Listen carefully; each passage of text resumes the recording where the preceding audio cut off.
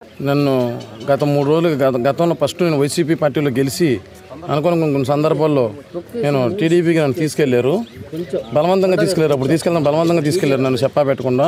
మళ్ళీ నాకు తెలిసి నా సొంత పార్టీ, నా సొంత గూటికి నేను చేరుకున్నాను.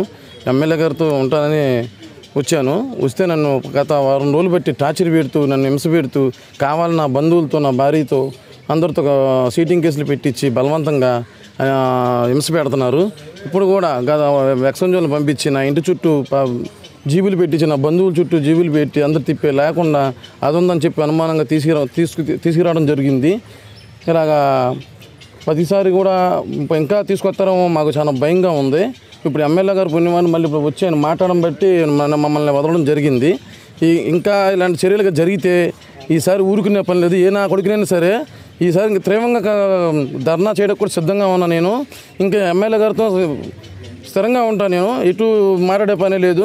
మా విషయంలో మా వైఎస్ఆర్సీపీ విషయంలో ఎవడన్నా వస్తే నా కొడుకునైనా సరే ఏదైనా సరే చేయడానికి సిద్ధంగా ఉన్నామని తెలియజేస్తున్నాం. మన వెంకటరెడ్డి 30వ వార్డు కౌన్సిలర్గా గెలుపొందాడు. తర్వాత కొంతకాలానికి చైర్మన్తో పాటు తెలుగుదేశం పార్టీలోకి వెళ్ళినా కూడా నాకు మంచి సన్నిహితంగా ఉండటం జరిగింది. తను తెలుగుదేశం పార్టీలో చేరినప్పుడు కానీ ఆ తర్వాత కానీ అతని మీద కనీసం నువ్వు ఎందుకు వెళ్ళావని కానీ, లేకపోతే నువ్వు వెనక్కి రమ్మని చెప్పి కానీ, లేకపోతే అతను చేసుకున్నటువంటి వ్యాపారాల మీద, ఉద్యోగాల మీద ఎటువంటి కంప్లైంట్లు కూడా ఇచ్చినటువంటి దాఖలాలు లేవు. తనే తెలుసుకుంటాడని చెప్పి మరి మొన్న బాబ్జీ గారి మీద పెట్టినటువంటి అవిశ్వాస తీర్మానం, బాబ్జీ గారు ఇంట్లో వెంకటరెడ్డి చదువుకున్నటువంటి వ్యక్తి, బాబ్జీ మీద అవిశ్వాస తీర్మానం పెట్టారు. మన పార్టీలోనే గెలిచినటువంటి వ్యక్తి వద్దని చెప్పినా కూడా బలవంతంగా సంతకం పెట్టించారని చెప్పి నేను బాబ్జీ గారికి వ్యతిరేకంగా ఓటేను, నేను వైసీపీలోనే కొనసాగుతానని చెప్పి మాతో పాటు అతను కూడా రావడం జరిగింది.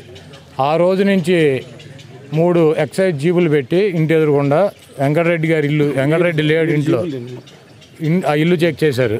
ఆయన సిస్టర్స్ ఆడపిల్లల జీబులు చెక్ చేశారు. అనేక రకాలైనటువంటి భయభ్రాంతులకు గురి చేసి భయపెట్టి మేము అధికారంలో ఉన్నాం, మేము ఏదైనా చేయగలం అన్నటువంటి ఉద్దేశంతో అతన్ని భయపెట్టాలని చూశారు. ఎంతకీ లొంగకపోయేటప్పటికీ ఈరోజు మరి వాళ్ళ ఇంటి ఎదురుగుండా ఆయన పారిపోయాడు, లేకపోతే ఎత్తుకెళ్ళిపోయారని చెప్పి కంప్లైంట్ పెడతా వచ్చి నేనే స్వచ్ఛందంగా వెళ్ళానని చెప్పినా కూడా మరి ఇంటి ఎదురుగుండా 2 కానిస్టేబుల్స్ని కాపలా పెట్టారు ఆయన ఇంటి ఎదురుగుండా. ఇప్పుడు కూడా స్టిల్ ఉన్నారు. అటువంటి పరిస్థితుల్లో 3 రోజుల నుంచి ఎవరో ఒకరి ఇల్లు, వాళ్ళకి సంబంధించిన వాళ్ళ ఇల్లు చెక్ చేయటం.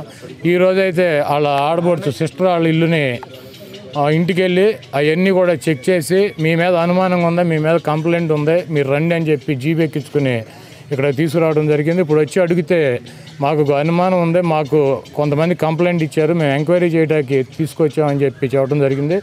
ఈ రాజకీయాల్లో తెలుగుదేశం పార్టీ, వైఎస్ఆర్సీపీ మరి ఎత్తులు పై ఎత్తులు ఆధిపత్యం కోసం అనేక రకాలైనటువంటి పాటలు మేము పడుతూ ఉంటాం. దాంట్లో police department, excise department, municipality, revenue ఈ డిపార్ట్మెంట్ని ఇన్వాల్వ్ చేసి మరి మాతో పాటు ఉన్న వాళ్ళని భయపెట్టో లేకపోతే ఇంకో రకంగా ప్రలోభపెట్టో వెనక్కి తీసుకెళ్ళాలన్నటువంటి ప్రయత్నం జరుగుతుంది.